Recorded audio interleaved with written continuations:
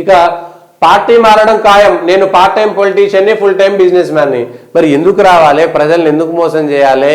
మీ ఆస్తులు కాపాడుకునేటువంటి ప్రయత్నం ఇప్పుడు తత్వం బోధపడింది మల్లారెడ్డి గారికి.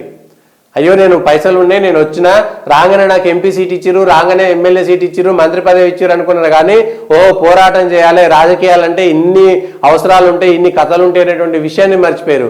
సపరేట్గా బిజినెస్ మ్యాన్గా ఉండి ఏ పార్టీ అధికారులు ఉంటే ఆ పార్టీతోటి మీ ఆస్తులను కాపాడుకోవచ్చు. మీరు ఇచ్చేటువంటి 4 డబ్బుల కోసం వాళ్ళందరూ సాయం చేసేవాళ్ళు.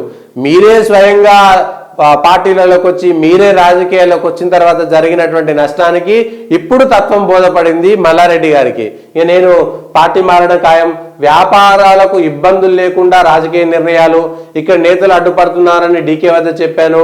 బీఆర్ఎస్ ఎమ్మెల్యేలకు స్పష్టం చేసిన మల్లారెడ్డి కాంగ్రెస్లో కుదరకపోతే బీజేపీలో చేరేందుకు రెడీ.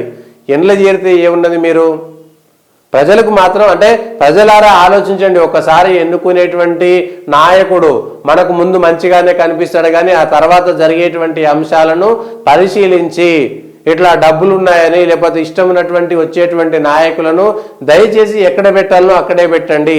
లేకపోతే ఇట్లాంటి కష్టాలే వస్తాయి.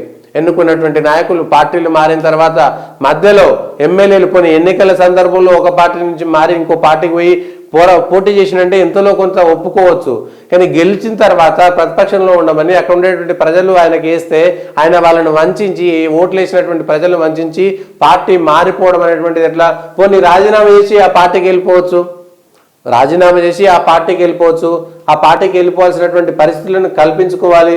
అంతేగాని ఇట్లా ఇష్టం ఉన్నట్టుగా వచ్చి మా ఇష్టం మేము ఏమైనా చేసుకుంటాం అనేటువంటి మాట మాట్లాడితే కష్టమయ్యేటువంటి పరిస్థితే ఉంటుంది. దీనికి సంబంధించి ఇబ్బంది ఉంటుంది, లేకపోతే కష్టం.